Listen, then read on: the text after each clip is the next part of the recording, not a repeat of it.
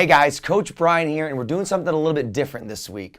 This week we want to dive in, we're going to talk a little bit deeper about what our focus is this entire month, specifically when it comes to stop exercising, start FNS training. Now, what does that mean? We talked about this a little bit last week, but really it aligns to doing things with purpose, doing things with the right intention. And what we wanted to dive in today is bring the three different components, the three different M's about the FNS program, and share some best practices and some tips to set you guys up for success.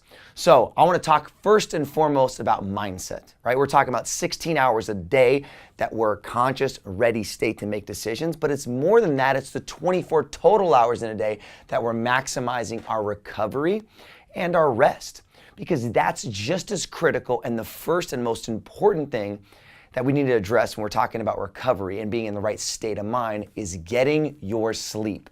So number one, I want to go through three things when it comes to mindset about starting from a training standpoint, about really doing things the right way and doing things with purpose. Let's talk about number one, sleep. It's most important, guys, that we're getting enough sleep each night, minimum 7 hours. So a couple of things I want you guys to focus on. As you guys, I know some of the craziest schedules, you're stressed out, you got a lot of things going on, you got kids, you got work, you got projects that are on your table today that were due yesterday.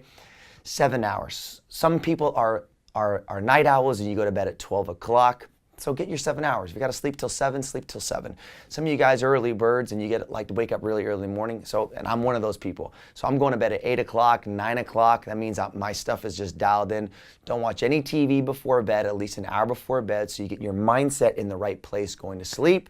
Get yourself a nice good rest, 7 hours. Most important when it comes to training, where we really make our gains is in the recovery standpoint. Second thing when it comes to mindset. The second thing, which is most important, is we're talking about meditation. We're talking about our breathing exercises. Now, that doesn't mean that you need to go sit on top of a mountain at the Himalayas and get super deep. It just means you need to pause. You need to reflect. You need to slow down to speed things up. It's not always just about increasing the water pressure and going harder.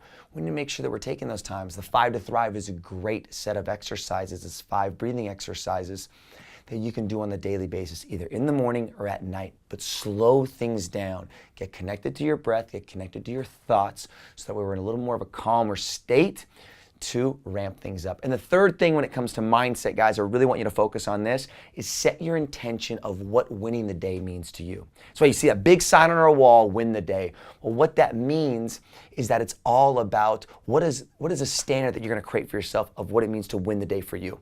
You've got to objectify that. You got to make sure saying, this is winning the day for me. I'm going to go in, I'm going to work out today, I'm going to eat X amount of vegetables, I'm going to turn in my projects, I'm going to spend quality time with my loved ones. Whatever the case is, make sure that you set yourself up for success. Now, when it comes to the training side of things, this is extremely important, is that it's not just about going so intense all the time. You've got to listen, learn, and lead. You got to listen to your body. You got to listen if you got some aches and pains, bumps and bruises, whatever you got going on. Your body is trying to talk to you. And of those days when you got some aches and pains, bumps and bruises, dial it back a little bit. Our hard training day should be always followed by an easier training day. Not hard, hard, hard, hard, and definitely not a hard double, double, double in the same day.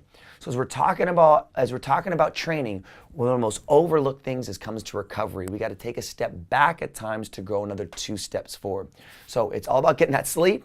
It's all about getting connected to our breathing, our meditation. And the third component, most crucial, my non-negotiables, this is my third one every single day, is set the intention, set your win for the day. Coach Shannon, she's going to talk about nutrition right now and some of the major components from a meal standpoint. Coach Shannon, take it from here. Thanks, Brian. So as we've been talking about purposeful performance today, I wanted to speak a little bit about the nutrition side of things. As you know, meals are very, very important. It's part of our 3 M's here at FNS Training Center.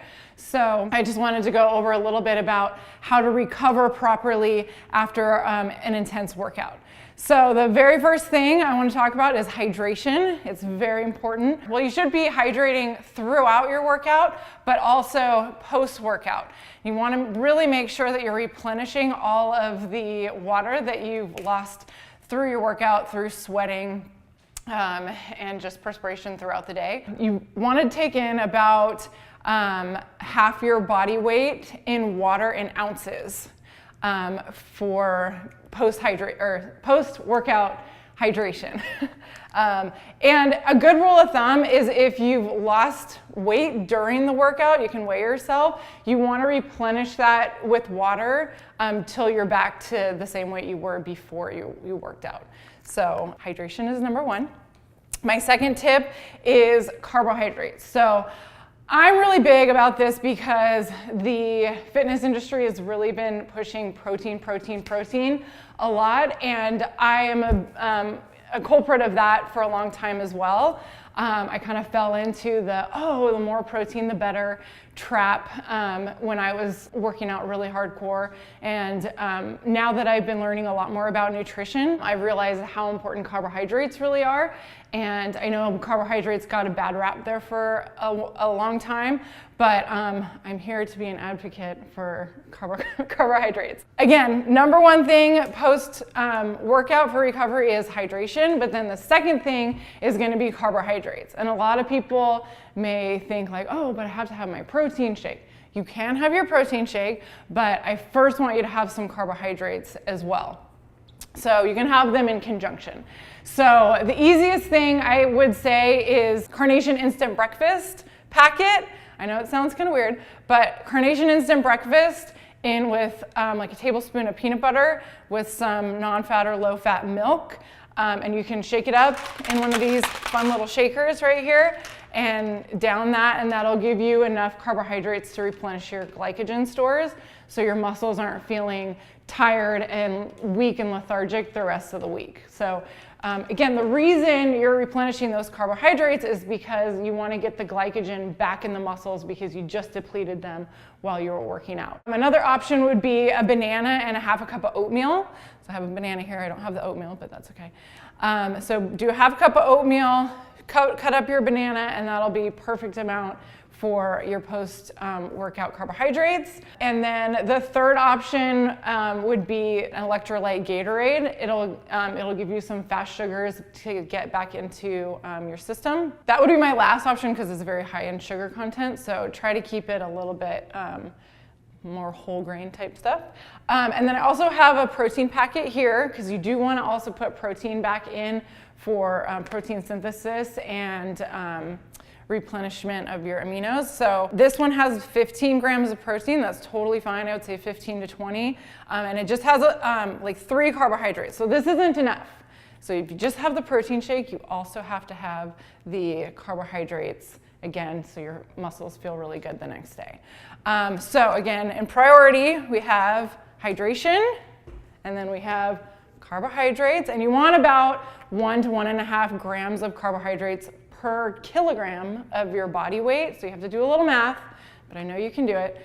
Then protein after that, 15 to 20 grams of protein. So remember guys, proper fuel leads to optimum performance. Coach Justin's now going to take you through some ways to roll and recover and help you get your body ready for your movement. All right, take it away, Coach Justin. Thanks, Coach Shannon. Hey guys, so today I'm going to talk to you guys a little bit in terms of ways to help improve your performance, not only from an exercise standpoint, but from a recovery standpoint. As you guys know, I'm huge on utilizing the foam roller, so I'm going to show you guys about 3 different mobility exercises you can use with a simple foam roller to help you build on your performance, mobility, and basic stability through your core as well, okay? So the first thing I'm going to have you guys do is working a little bit within your quads. We are in seated positions all day in terms of your job, or if you're standing quite often as well. So you want to make sure that we're always finding ways to loosen up your quads, which is going to take away a lot of stress from your knees and your hips as well. Okay, the first thing that you'll do is lying back on the floor and bring the roller directly over your knee, or sorry, right above your knee while you're in that plank position. Okay, from here you're going to slowly shift up and down in a nice controlled fashion.